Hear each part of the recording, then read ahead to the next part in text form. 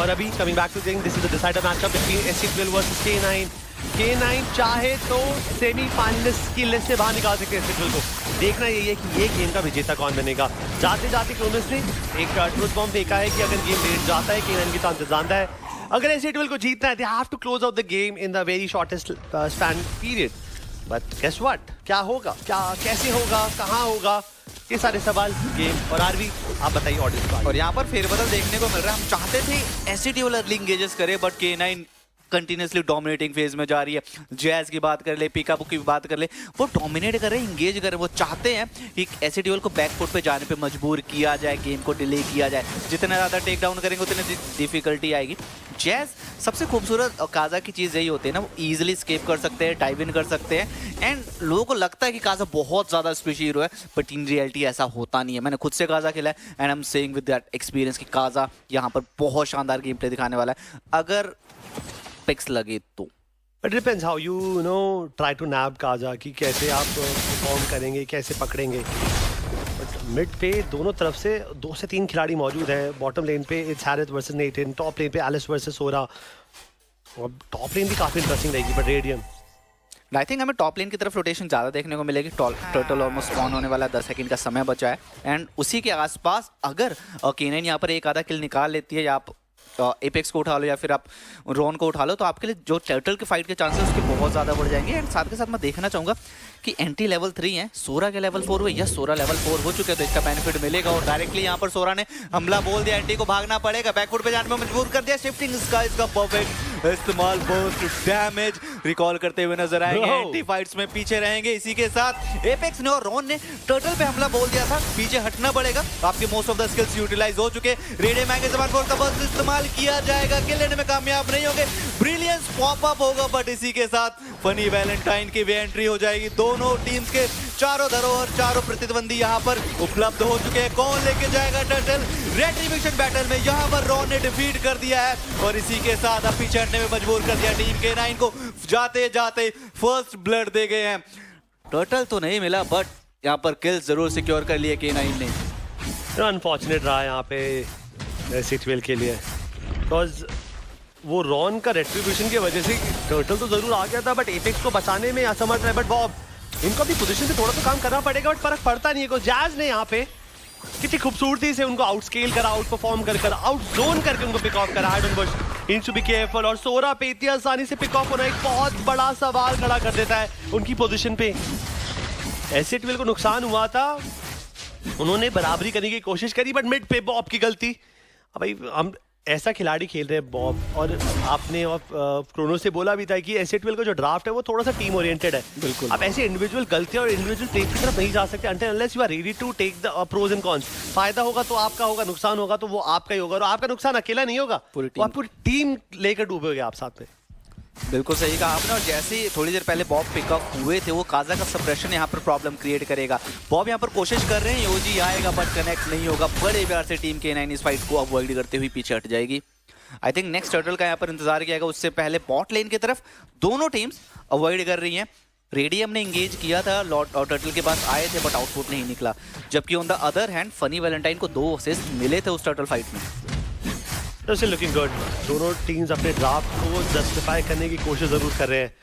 Apex, उन्होंने orange बफ की HP पूरी कम करी, उन्हें पता था रॉन को दिलाना है, बट समय बचाने के लिए that coordination is on point. Apex needs to be careful, divine judgement कभी भी आ सकता है, दिक्कत आ सकती है यहाँ पे। इस सिनेरियो के अंदर जैज अपनी सेकंड स्किल मारकर एस्केप जरूर कर लेंगे, बट टर्रेट शील्ड जो है अगले 30 सेकंड के अंदर यहाँ पे डेसिपेट होते हुए दिखेगी। तो जितना भी गोल्ड फार्म करना है टावर से, टर्रेट से, वो कर लो। उसके बाद वो जो एक्स्ट्रा 350-400 गोल्ड है ना, वो कमाने का मौका नहीं मिलेगा। पर इस सिचुएशन में गुनेबर की अल्ट के अंदर SC12 के एंटी वो चारों खाने चित, उनको मौका तक नहीं मिला और गेम से बाहर निकाला। But SC12 needs to be careful, वो आउट ऑफ पोजीशन हो सकते हैं, डैमेज देने की कोशिश जरूर है, बट फर्क पड़ता है क्या? यहाँ पर सिल्वर टर्टल पिक ऑफ करेंगे और अगला नंबर SC12 का हो सकता है। पीछे हटना पड़ेगा। यहाँ पर फरामिस ने अपना अल्टीमेट पॉपअप किया सो दैट उनके टीम में सर्वाइव कर सकें। रेडियम बाल बचे, उनको ऑलमोस्ट उठा लिया गया था। रेडियम की पोजीशन थोड़ी सी कॉम्प्रोमाइज हो रही है, इससे पहले वाली फाइट में भी ऑलमोस्ट फंसते बचे थे। सेम चीज़ यहाँ पर भी हुई। और एक चीज़ K9 की यहाँ मैं तारीफ करना चाहूँगा, उनको पता था हमारे पास समय है, उन्होंने देख लिया था कि एंटी यहाँ पर लेन कटने की कोशिश कर रहे हैं। डायरेक्ट 5 के 5 लोग एंटी पे गए, एंटी को वहाँ पर न्यूट्रलाइज किया एंड उसके बाद टर्टल पे गए। तो ये खूबसूरती जो मैक्रो प्लेस देखने को मिल रहे हैं ना, ये बहुत ज़्यादा इंपॉर्टेंट रोल प्ले करने वाले हैं। इससे बहुत बड़ी दिक्कत आने वाली टीम एसिड को, इसे अवॉइड करिए आप।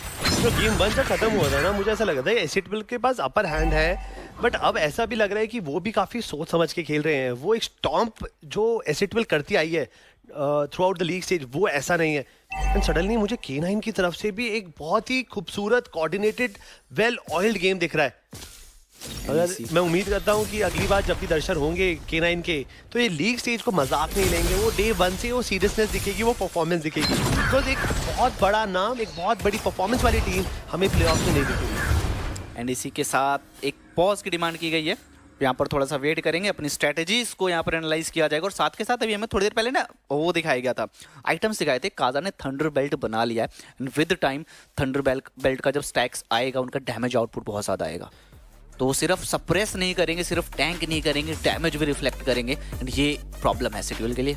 मुझे बस ये हमारे ड्राफ्ट फेज में डिस्कस हुआ था आपके और प्रोनस के साथ में कि K9 का सिनेरियो ना काफ़ी उनके साथ है। पॉइंट ए होगा तो पॉइंट बी होगा, उसके बाद हम पॉइंट सी पे जा पाएंगे। तो वो एक चेन ऑफ कमांड होती है और वो गेम के अंदर एग्जीक्यूट होना ना हर बार इतना मुमकिन नहीं होता है। बिल्कुल तो अगर वो कर जाते हैं देन यस, आप बोल सकते हैं कि भैया हम टीम है, देयर रीजन हम टीम है, इतने बड़े लेवल पे खेल रहे हैं, वी नो हम ऐसे कॉम्प्लिकेटेड प्रोसीजर्स को भी एग्जीक्यूट कर पाते हैं। बट अगर ऐसा नहीं होता देन एसिड विल के लिए बहुत सारे दरवाजे और खिड़कियां खुलेंगी परफॉर्मेंस के लिए। वो निकाल सके, बिकॉज रेडियम को उनका पिक मिल रखा है। यहाँ पे एपेक्स की बात करें, रॉन की बात करें, बॉब की बात करें, एंटी की बात करें, हर एक खिलाड़ी तराशा हुआ हीरा है और प्रेशर पे तो और चमकते हैं। इनको आप कमजोर हाँक ही नहीं सकते। वन ऑफ द फेवरेट्स रहेंगे टू रिपर्स के बाद। अगर किसी टीम ने हमें बहुत ज्यादा इंप्रेस किया था, CRQ1 एसिड विल, बिल्कुल इवन RNTX टॉप 4 मेरे लिए तो यही आते हैं। तो नो डाउट इनको अब देखते हैं आगे क्या होता है इस गेम में। साथ के साथ आपने एक बहुत खूबसूरत चीज़ बोली कि जो टीम K9 ने बहुत ज़्यादा कोऑर्डिनेशन पे डिपेंडेंट है। अगर एक भी कोऑर्डिनेशन नहीं साथ में लगा तो आप रिजल्ट्स नहीं निकाल पाएंगे। एंड ये चीज़ अभी हमें थोड़ी देर बाद मिड टू लेट गेम की तरफ दिखेगी। जैसे ही एसिड का डैमेज स्पाइक करेगा, रेडियम यहाँ पर टीम फाइट में डैमेज देने के लिए काबिल हो पाएंगे, दिक्कतें बढ़ेंगी। यहाँ पे कंटिन्यूसली चेस करते नजर आ रहे हैं। पीकाबू को पकड़ा जाएगा, बस डैमेज ब्रिलियंस का इस्तेमाल करके बैकफुट पे जाने पे मजबूर कर दिया। रोन वहां एम्बुश करके बैठे हैं, फैंटम स्पीड का इस्तेमाल होगा और इंस्टेंट पीकाबू को पिक ऑफ कर दिया जाएगा। एंटी का जो बैकअप आया बहुत ज्यादा काबिल तारीफ था। 16 गए हैं, शिफ्टिंग स्काई का इस्तेमाल किया है, बट रिजल्ट नहीं निकाल पाएंगे आप, क्योंकि आपके पास इस समय कोई भी डैमेज डीलर उपलब्ध नहीं है। यहाँ पर फैनी वैलेंटाइन की आवश्यकता थी, बट उन्होंने इसी खूबसूरत चालाकी बहुत अच्छा समय का इस्तेमाल किया, बॉट लेन का टर्रेट निकाल दिया। यार डैमेज या तो मिड देगा पीकाबू प्रेडेटर या तो फनी वैलेंटाइन। पीकाबू प्रेडेटर को पिक ऑफ कर लिया था। जैज काफी आउट ऑफ पोजीशन में रहेंगे, बट हील अप कर फिर से इस गैंग के अंदर, इस फाइट के अंदर तंदुरुस्त होकर वो लौटे हैं। बट एसिड विल वो थोड़ा सा डिस्ट्रीब्यूट जरूर होंगे, बट फर्क पड़ता नहीं है। जो जंगल सिल्वर थे उनको आउट ऑफ पोजीशन पकड़ा और पनिश डाउन कर गेम से बाहर निकाला है। Acid will finally they can feel their back, but advantage अभी भी गोल्ड की बात करें, स्टैट्स की बात करें, वो K9 के पास है और ये एडवांटेज बार बार लगातार बढ़ता जा रहा है। और इसी के साथ फिर से शिफ्टिंग स्काई का इस्तेमाल किया बहुत शानदार तरीके से। एपेक्स को यहाँ पर वाइप आउट कर चुके हैं। एपेक्स के साथ अब हाइड और बुश फंसते हुए नजर आ रहे हैं, भागने की पूरी कोशिश की जा रही है। जैज उन्हें बचाना चाहते थे, but anti on a killing स्प्री। Anti अगर चलेंगे ना तो ओपोनेंट की घंटियां बजेंगी। एंटी बहुत इजीली अपनी टीम को एक अच्छा खासा सेटअप करके देते हैं बार बार लगातार, चाहे उनके एलिस की बात करें, चाहे उनके मार्टिस की बात की जाए। आउटस्टैंडिंग परफॉर्मेंस उनकी तरफ से देखने को मिलती है। देखा था आपका एक लैंड इवेंट जहां पर इन्होंने मार्टिस से करिश्मा ढाया था और आप सब बिल्कुल बॉन्कर्स हो गए थे कि भाई एंटी ही चल रहा था पूरे सेट में। तो भाई मैं देख रहा हूँ अभी तक उन्होंने अभी दर्शन नहीं दिखाए हैं। ज्यादातर ये खिलाड़ी हमें ग्लू पे दिखा हुआ है, सारे एक्सपीरियंस लेन पे दिखता है एंटी।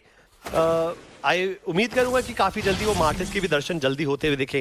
एक्चुअली इन्होंने MLMS के फर्स्ट डे दिन एंटी ने मार्टिस उठाया था एंड जीते नहीं थे, तो उसके बाद से हमें दिखा नहीं। और किसी ने ट्रोल भी किया था, आई थिंक किमी का इंटरव्यू था, तो किमी से पूछा गया था क्या तुम्हें डर लग रहा है, कि तुम्हारे सामने ऐसे ड्यूएल है, तो दे वर लाइक कि ज्यादा से ज्यादा क्या मैं बातें देखा है, ये नोटिस कर रहा है क्रश सिक्स के यहीको ने भी कल परसों रेडियम को तोड़ा था बेफालतू में, नो रीजन के। मैंने बोला था कि भाई कौन सी टीम आपको परफॉर्म करती हुई अच्छी लग रही है, instead I could have said just कि ये टीम मैंने कह, बट मुझे ऐसा लगता है कि काइल बेटर है रेडियम से। मतलब अरे मैंने नाम पूछा था, बोले मुझे राजमा चावल पसंद है, ये समझ नहीं आया था मुझे उस टाइम पे। वापसी पे हम बराबरी में पहुंच चुके हैं। बट रेडियम ने भी जवाब दिया कल परसों, आप थे कल ही बोला रेडियम ने कि भाई जंगल से मर रहा है भाई, देख ले भाई ऐसे नहीं अपना खेलते गेम अपनी लेन पे ध्यान दो। भाई समझदार है। मैंने देखा है जो बड़े बड़े ऑर्ग्स होती है ना, ये अपने प्लेयर्स को पीआर ट्रेन भी करती है बिल्कुल, कि ऐसे सवालों को कैसे ट्विस्ट करके जवाब दिया जाए। क्योंकि होता क्या है, जब आप डायरेक्ट अगर आप सिंपल आंसर देते, जैसे इमेजिन जाहिको ने बोल देता हाँ कि ये टीम अच्छी है, तो जाहिको की तरफ वो अटेंशन नहीं आता। एंड आई थिंक अभी जिस करंट फेज में हम चल रहे हैं इंडिया में मोबा को लेकर, we as a team, we as a community need that attention, चाहे वो अंदर से मिले चाहे बाहर से मिले। और जब नॉइस क्रिएट होगा तभी बाहर के लोग ध्यान देंगे। नया थोड़ा सा ऐसा है कि हाँ मैं ऐसा मानता हूँ कि बात तो बिल्कुल सही है, बट अप्रोच की बात है। बट चलो 50% दे देते हैं और लैंड पे बाकी का 51 और वो 49 करेंगे। But yes, coming back to the game, दोनों टीम काफी ज्यादा लॉक्ड इन लग रही है। कुक करने की कोशिश तो जरूर है, बट ये लॉर्ड के आसपास जो नृत्य चल रहा है दोनों टीम्स का, ये बताएगा कि आगे क्या होने वाला है इस मैचअप के अंदर। लॉर्ड जब भी अपने पिच से बाहर निकलते हैं वो विजन जरूर मिलता है और ये एक इंपॉर्टेंट स्टार्ट रहता है टीम को कंसिडर करने के लिए। But Apex, I hope he knows कि ये जा कहाँ रहे हैं और किस तरीके से इनको आउट ऑफ पोजीशन पकड़ा जा सकता है। एपेक्स यहाँ पर पीकाबू को टारगेट करना चाहते हैं, बिकॉज पीकाबू बार बार लगातार प्रॉब्लम क्रिएट कर रहे हैं। और इसी के साथ रॉन ने लॉर्ड स्टार्ट कर दिया, मोस्ट ऑफ वो लेंगे नहीं, बस वेट करना चाहते हैं। वो चाहते हैं कि K9 वो फर्स्ट स्टेप ले आगे आए, डाइव इन करें एंड उसके बाद बेनिफिट उठाया जाए। बट इसी के साथ एपेक्स अंदर जाएंगे, फैंटम थ्रीड आएगा, जैस को पकड़ा जाएगा और इंस्टेंट मेल्टडाउन देखने को मिलेगा। इसी के साथ यहाँ पर आई डोंट बुश आए हैं, शिफ्ट इसका इस्तेमाल किया बट रिजल्ट नहीं निकाल पाएंगे।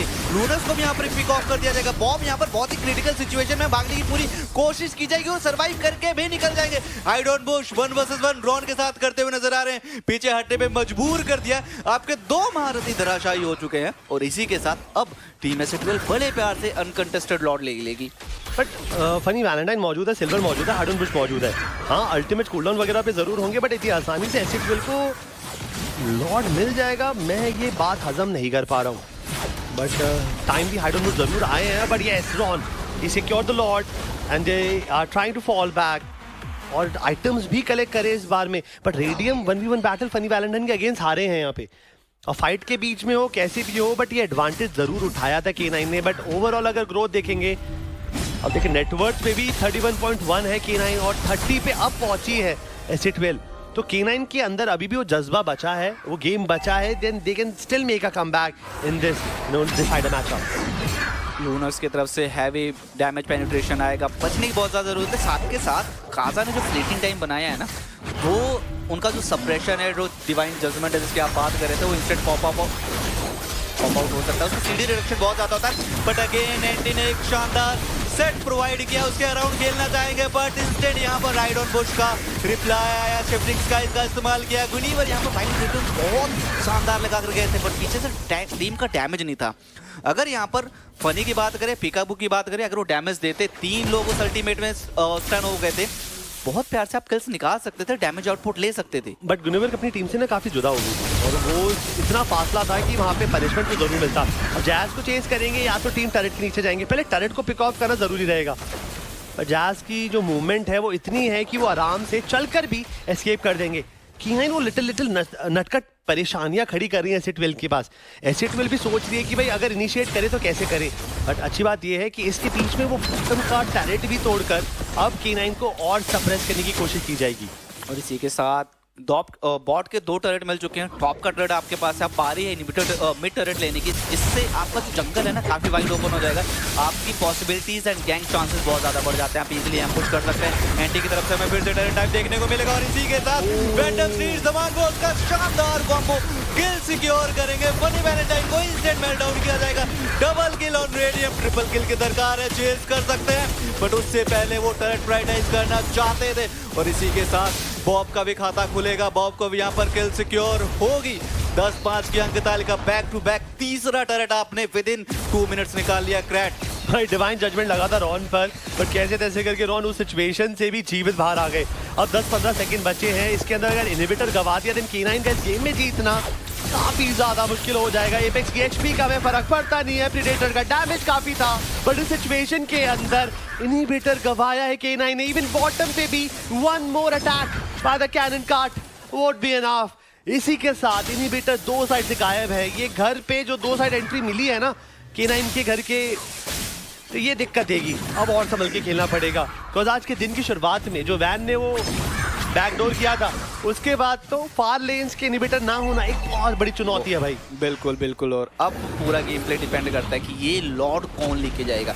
अगर K9 ये लॉर्ड लेती है तो हमें मैच अराउंड 80-90 मिनट के आसपास जाता दिखाई देगा, बट अगर एसडीओ लॉर्ड सिक्योर करते इसी के साथ यहाँ पर फैंटम स्ट्रीट के साथ डाइव करते हुए नजर आएंगे, पकड़ा जाएगा, बट गुनीवर ने परफेक्ट रेट्रिब्यूशन मारा, लॉर्ड सिक्योर किया, भागते हुए नजर आना चाहिए, बट फाइट को एक्सटेंड किया जा रहा है। बनी वैलेंटाइन मैन डाउन होंगे, जैज यहाँ पर अकेले बचे, चारों खाने चित हो चुके। जो 5 पांडव के आखिरी महारथी यानी जैज थी, जान बचा के भागना पड़ेगा भाई। The very first person to make a contact that is Jazz, but कैसे जैसे करके बचे हैं। वो लेन कट करना जरूर चाहते हैं, उन्हें पता है कि अगर ये मिनियन का आगमन मैंने रोक दिया ना तो चीजें जरूर बदलेंगी, बट जैज का ये किल काफी ज्यादा जरूरी है। मैं तेरे कुछ समय की और बात, रॉन उनको भी पिक ऑफ करेंगे।